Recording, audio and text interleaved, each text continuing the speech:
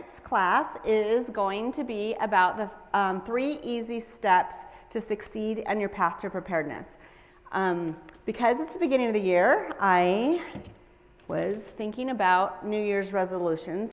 I feel like when we start a new year, it's almost like being able to start over, like putting the past behind and getting a fresh start. So if you haven't been very successful in your food storage preparedness path, we're hoping tonight that you get some tips and tricks and some ways to energize you into wanting to be more successful and some ways that you can be successful.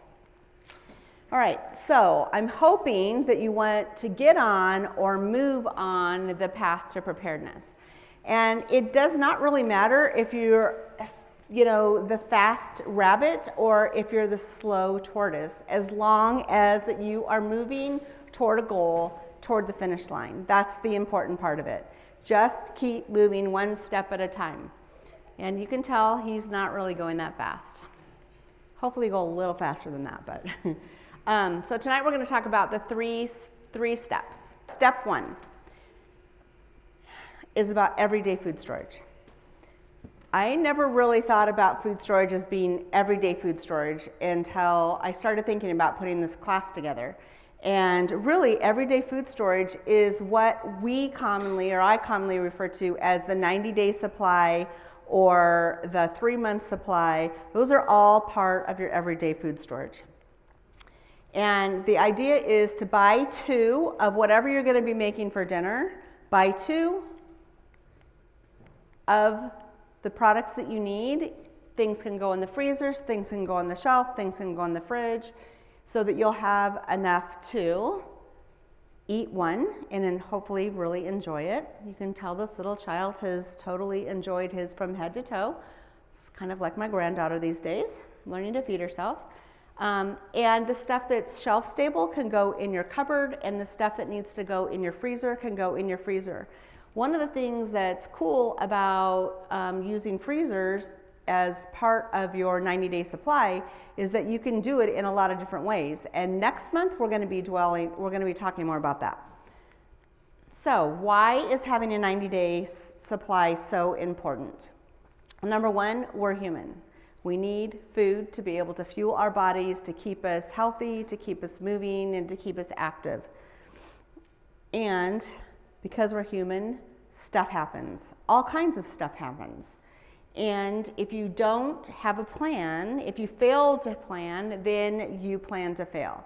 And I have noticed the last week, because I've been working on getting this presentation all done, and so about 5:30 I'd be like, oh, it's kind of dark outside. Probably I should be thinking about dinner. Well, gee, I didn't take anything out this morning for dinner. So what do I have that I can throw together really quick? And that's part of it. So there are the little things in life, like, presentations or things for work, or just if you have younger children that you have to take them to practices, and sometimes it's always when dinner time has to be made. And so part of your planning of your food store or of your 90-day supply will have to do with having meals that are quick, things that you just always have on hand to be able to pull together. It could be things like quesadillas, it could be, little quick 30-minute things that only take, less than a half an hour to get on the table, which means that you actually could get it done faster than if you went and bought it somewhere. So we're going to be talking, anyway, so that's about the quick and easy dinner. So we'll be talking a little bit more about that next month, too, that goes along with that. So another thing that happens is life happens. These are bigger things. These are things that might take a few days or a week to be able to resolve.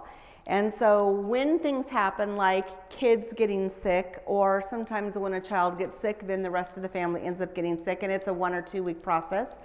And so your attention is diverted into other areas. It could be doing a home improvement project, which takes a lot of time and energy, and by the time it's time to make dinner, you're tired and don't really, want to make dinner. It could be having company come for the holidays, or a marriage or a death in the family, and you have a lot of family in town and they all want to be fed, and so having plans for those. are all things that you can use freezer meals for, or crock pot meals, or things like that.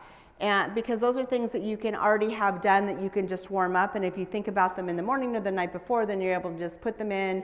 They're able to cook during the day while you're busy doing other things, and dinner is done. And I have to tell you, I've been using my crock pot and my 3-in-1 pressure cooker crock pot thing a lot the last couple of weeks because I forget, or like one day I was cooking chili and it takes about 6 hours to cook, and I came home from church and I had not set it correctly, so now I only had an hour and a half till dinner, and so I just pressure cooked it, and it was still in the same pot, so it was really cool. But anyway, so there's a lot of different ways you can do it, but if you have some meals already set aside that you know that you like, that you can just pull out and heat up, then that solves a big problem for those kinds of things. Then there's the really big things in life that happened. Usually not so good, but sometimes they're good, and good things and bad things, when they're really big things, they still divert your attention from thinking about doing food. Things like having a baby. When you bring a baby home, it takes about 3 months to get into a schedule and a routine so that you have enough energy, because you're not maybe up so much at night, that you have energy to sleep. You can have a child or a grandparent or a spouse that's in the hospital for an extended time, which means you're not home a lot during the day, but the rest of the family still needs to eat. So you need to plan for meals for that kind of situation. You can lose a job, at which point that you may not have as much money coming in, and so you would need to survive and use the little money that you do have for other things if you've got already meals that you can eat at home. And that's where monthly menu planning comes in. If you have a plan, then you'll know what you have. You will have stuff at home that you can be able to pull the meals together really fast. So I have people all the time asking me about the buckets. So these nice little emergency buckets that you see everywhere that lots of times say they have 324 meals in them. And I always wonder, like, how does that even fit in there? Because I'm pretty sure you can't fit 324 meals in here. So I've actually done a ton of research into different kinds of buckets, and they all kind of fall under the same kind of rules. So they usually have very small portion sizes. We're talking a quarter to a half cup versus like 2 cups that you would really need for a meal. That's one big problem. They also have very low calories. The meals that came in this one, because I went through all of them yesterday, they average 728 calories for the whole day. So this is supposed to be a month's supply of food, and you're only getting really a third of the calories that you should be getting. Not only that, but they're not even very healthy calories. So there's very little variety. This particular one only has one kind of breakfast every day for the whole month, and 4 to 6 main dishes. Usually at least half of them are soups, and they're very runny soups. So not really, you might get 1 or 2 cups of that to eat, but it's almost like drinking water because it's just really thin. So it's not really gonna fill you up. A lot of the calories in them, a quarter to a half of the calories in them will come from drinks. Usually it's a milk alternative, and sometimes they have a vanilla and a chocolate. This one does, and the chocolate one's like a lot of sugar, and some kind of sugary drink. That will be another one that they'll have. So a lot of your calories are coming from drinking, not so much eating, so they're really not going to fill you up. There's very little fiber, little protein, and little carbs, and by little I mean 30% of your daily recommended allowance of what you're supposed to be getting. 30%, that's it for those things. I forgot to get one out. Just grab it right now. One of the weird things about these kind of things, and almost all the companies do this, they package the meals not individually, but they're packaged for 5 servings. And the directions are for 5 servings. So what are you supposed to do? That's great if there's 5 of you that are trying to eat this one little thing, but what if there's only 1 of you?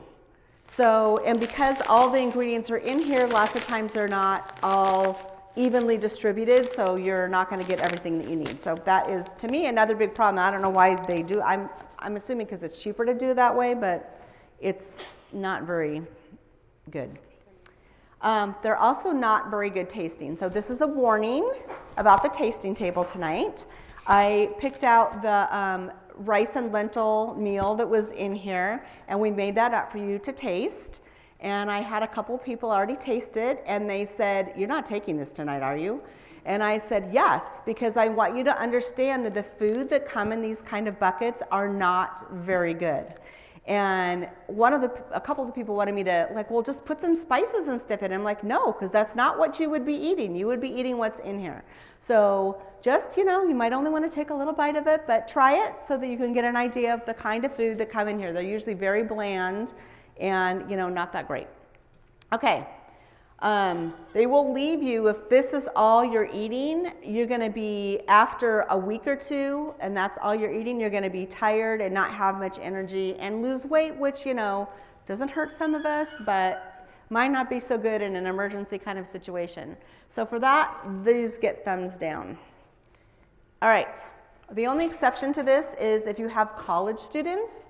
You can send this because they don't take up very much room. They can be in their thing as long as they have water to go with it. They probably would choke it down if they could do that, but I don't know a lot of other people. When you taste it tonight, you'll all see what I mean. Maybe some of you really like it. There must be someone who likes it or they wouldn't make it, but anyway, I didn't really like it. So you can do your own DIY buckets. You just get buckets. The same kinds of things that are in these buckets, which are basically rice or pasta based with some kind of sauce. Very few of them actually have meat in them. So they're just, some of them have TVP, but none of them really have real meat in them. And so these, which you can buy at the grocery store for $1 a piece, that will make you 2 servings. And these buckets only have a breakfast and 1 main meal. So it's only 2 meals that they're providing.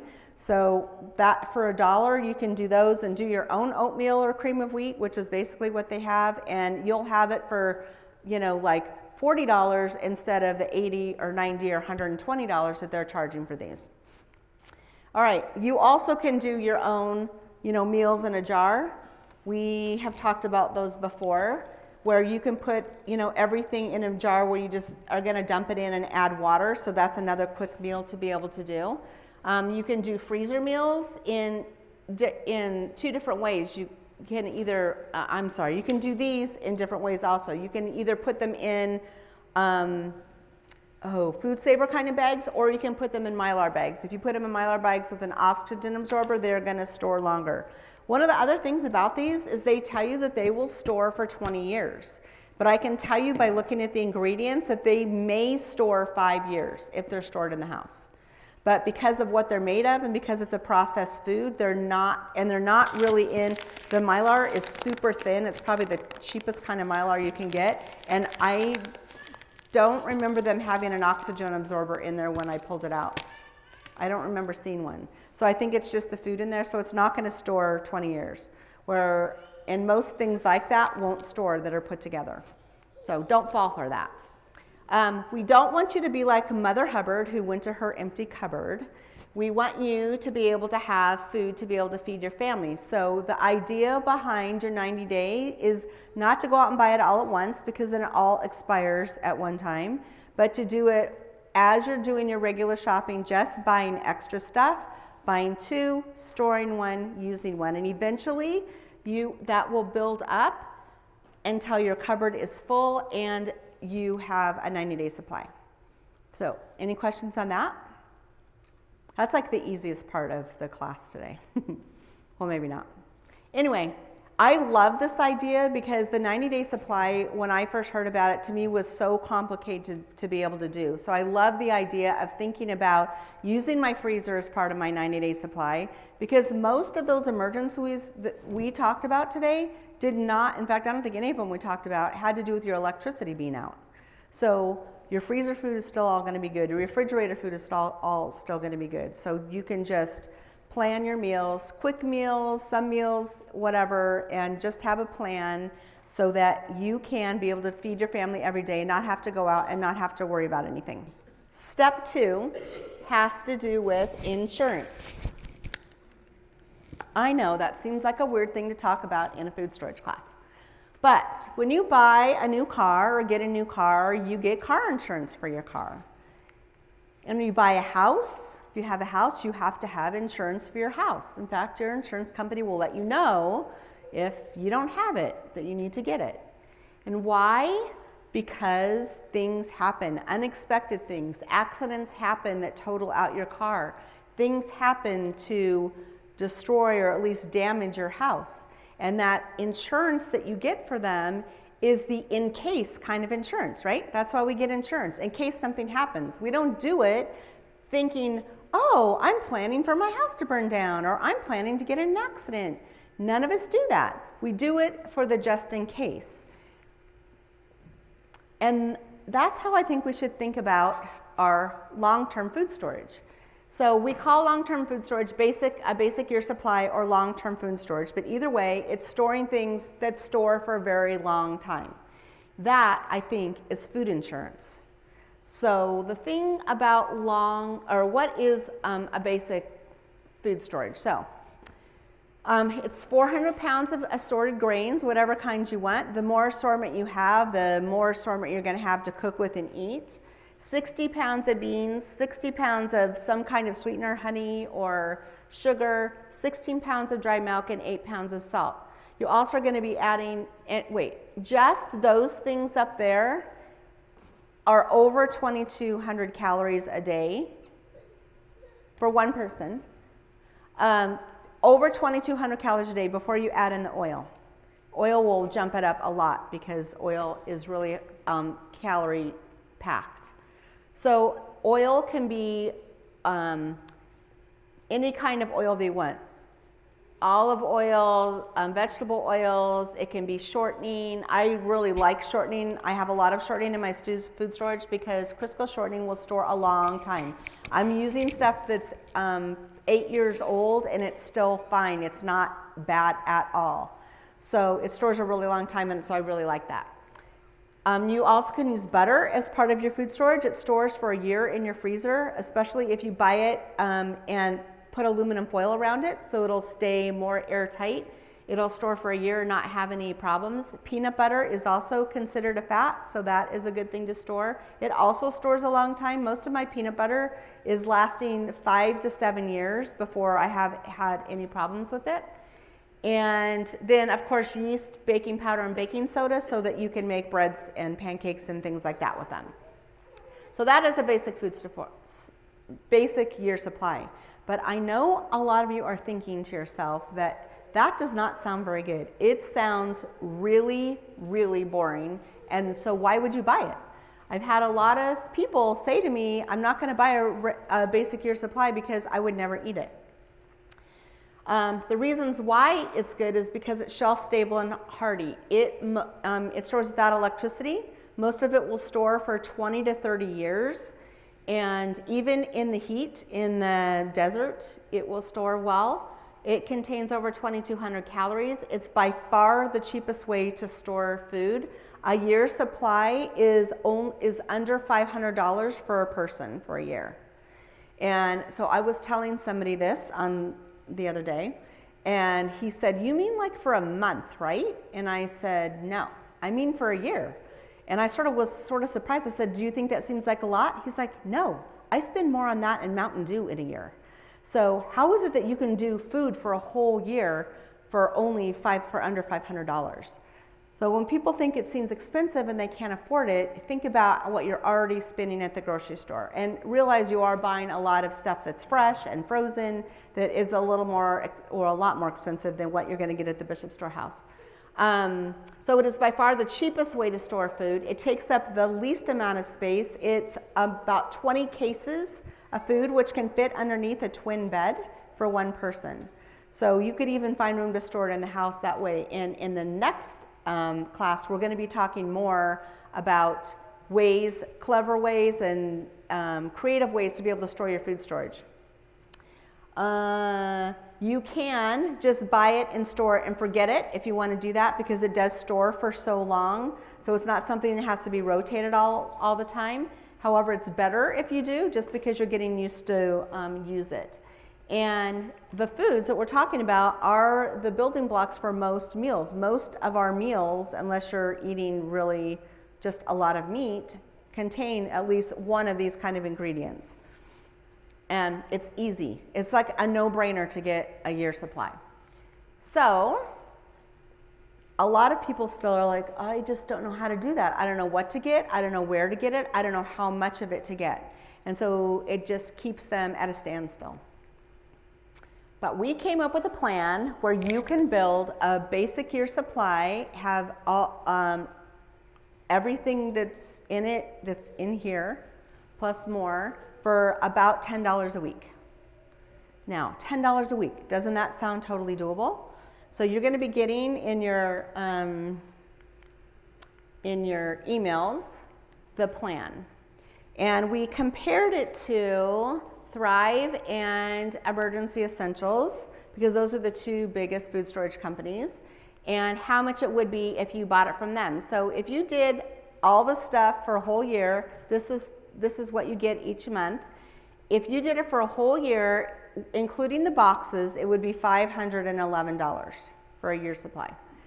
If you bought it from Thrive or from Emergency Essentials, this one's over $1,200 and this one's over $1,400. You would save over $1,000 from getting it from the Bishop Storehouse. By far the cheapest place to get it. So I love that idea. One of the ways to make that work is to get together with friends, with church members, with neighbors, with family, and do group orders together so that just one person's not going down. One person can go down and buy for a group of you. And the thing that's great about the Bishop Storehouse right now is when you're doing it with groups, you just have to make your checks out to the Bishop Storehouse. Well, it's a little fancier name than that, but you make it out to the Bishop Storehouse. You don't have to make it out to a person, and they don't have to cash the checks and go down and write one check. So they can take everybody's separate checks down to go pay for it. They will even, our Bishop Storehouse in Sylmar, where even if you call your order in 2 weeks ahead of time, they will actually have it all packaged up in boxes for you when you get there, so you don't even have to do that when you get back. So they make it so easy. They're open on Tuesdays and Wednesdays from 9 to 12 for pickup, and on Thursdays from 3 to 6. So they try to make it so somebody can get there to be able to pick up your stuff. They also, in the next couple of months, are going to come out with 3 new items. They're going to start having peanut butter available there, and I'm assuming it's going to be cheaper than what we can get at the store. They're going to have, right now the spaghetti is spaghetti bites, so it's little pieces of spaghetti. They're going to have a longer spaghetti, and they're also going to have macaroni and cheese that will store, like, I think they said 4 years. So, little variety. So, but you still might be thinking, I would never eat that. And I'm just going to say, stop it. Just do it. Having this to be able to provide for your family is the way to be able to protect your family for when the stores may not have anything in them. All right, so I want to give you another warning about the number 10 can trap. So one of the things that a lot of people are doing is spending at least $25,000 usually, $2,500 to get a year's supply of freeze-dried foods because they think they're going to taste, be a lot better, it'll be a lot easier or whatever. So tonight you're going to be tasting the freeze-dried spaghetti from here. It's actually smelled really good. I haven't tasted it yet, but it smelled really good. But this can that is enough to feed 5 people for dinner, so this is a dinner for a family of 5, is between $24 and $35. That's a lot. That's like $5 a person to eat your 2 cups of spaghetti. Where if I made it myself, if I stored my own spaghetti or spaghetti bites and some sauce or some things to make sauce, I could do this for $3 or under $3 for all 5 people. So there's a huge difference in price. So you're paying for the convenience with this. Yes? What about the freeze-dried meats? Have you tried them? Yes. I have tried a lot. She asked how the freeze-dried meats were. I actually do have some meats freeze-dried. I can a lot of my own meat because it's so easy. But freeze-dried meats, I wait till they go on sale, and there's only a few of them that I really like. I don't, some of them, like I don't really like the chicken. The chicken's really dry. Even when it's rehydrated, it still tastes really dry. But there's a lot of them that I do like. So I do have some meats and other things added as part of my food storage to do that. But I don't buy any meals like this. The only time you would really want to get something like this, if you want to spend the money for that, is for an emergency food for like 2 weeks after a big disaster, because literally you open up the can, put in 8 cups of boiling water, close it up, and it cooks right in the can. So it's super easy, but you're paying, 4 or 5 times more for that convenience. All right. So some of the things about this, it's really expensive. It takes up a lot of room, a lot more room than a basic year supply does. They pick for you. You don't get to mix and match in these kits. And so most of the kits that I have found, there's only about half the food that I would probably eat. So that's the other half that I'm paying for that I'm probably not eating. Everything in it doesn't taste good. And once again, you have to be aware of the servings. This says it has 10 servings in it, so that means a serving is just a cup. So when they tell you how many servings they are, you not only have to look at the servings, but you have to look at how big the servings are. I talked to a guy, I talked to his mom, and he spent $2,500 getting a year's supply like this for his family of 4, and decided he would try some of the food. And I don't know if it was this company, just there's a lot of companies that do this. And so he tried some of the food, and he quickly realized that their portion size was 1/4 of what he needed for a meal. So his now year's supply for $2,500 is now only a 3-month supply for $2,500. So now his year's supply is $10,000 for his family of 4. There's just much cheaper ways to do it. I'm not saying don't use any freeze-dried stuff, because I do like freeze-dried stuff and I do have it as part of my food storage, but don't buy it in one of the big kits. All right, so that's a thumb down too. All right, so step 3 is choosing to use. One of the things about having food storage is we get it and put it away and think, okay, we have it now, I don't need to worry about it. But it's really a good idea to start learning how to use it now. You can open up your can of wheat, and if you don't have a wheat grinder because you haven't prepared for that, and you don't have anything to go with it, you could have boiled wheat for dinner or breakfast or whatever and eat that and put some sugar on it maybe, and you would have something to eat. I personally don't like boiled wheat, so that wouldn't be something that sounded good to me. I would rather learn how to use it, have a grinder, and be able to make bread with it.